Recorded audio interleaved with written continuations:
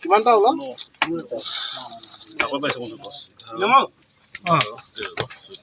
বাকী মানুহ মানুহ যা না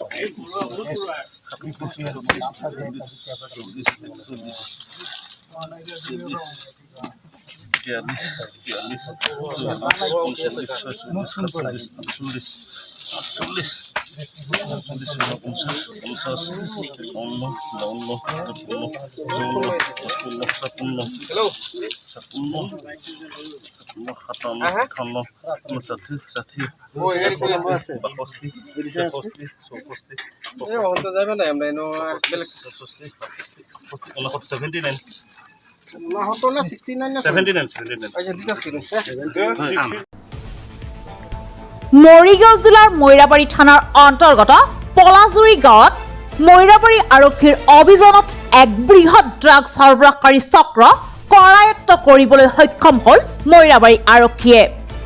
মৈৰাবাৰী আৰক্ষী থানাৰ ভাৰপ্ৰাপ্ত বিষয়া মৃদুল হাজৰিকাৰ নেতৃত্বত যোৱা আৰক্ষীৰ দলে পলাজুৰি গাঁৱত অভিযান চলাই 149.76 গ্ৰাম ব্ৰাউন চুগাৰ, 5,54,000 নগদ ধন আৰু 2খন বিলাসী বাহনসহ গ্ৰেপ্তাৰ কৰিবলৈ সক্ষম হৈছে 2 মহিলাসহ 6 দুৰ্ধৰ্ষ সৰবৰাহকাৰীক। অৱশ্যে আৰক্ষীৰ বাবে most wanted drugs mafia Ahsanul ইছলামে নিজৰ AS03M3535 নম্বৰৰ XUV 500 বিলাসী বাহন বাটতে এৰি পলায়ন কৰিছে। গ্ৰেপ্তাৰ হোৱা ড্ৰাগছ সৰবৰাহকাৰীজন ক্ৰমে সাকিনা বেগম, সালমা খাতুন, জামিৰ উদ্দিন, ইউনিছ আলী, শফিকুল ইছলাম আৰু Zahirul Islam. News desk report, frontier live.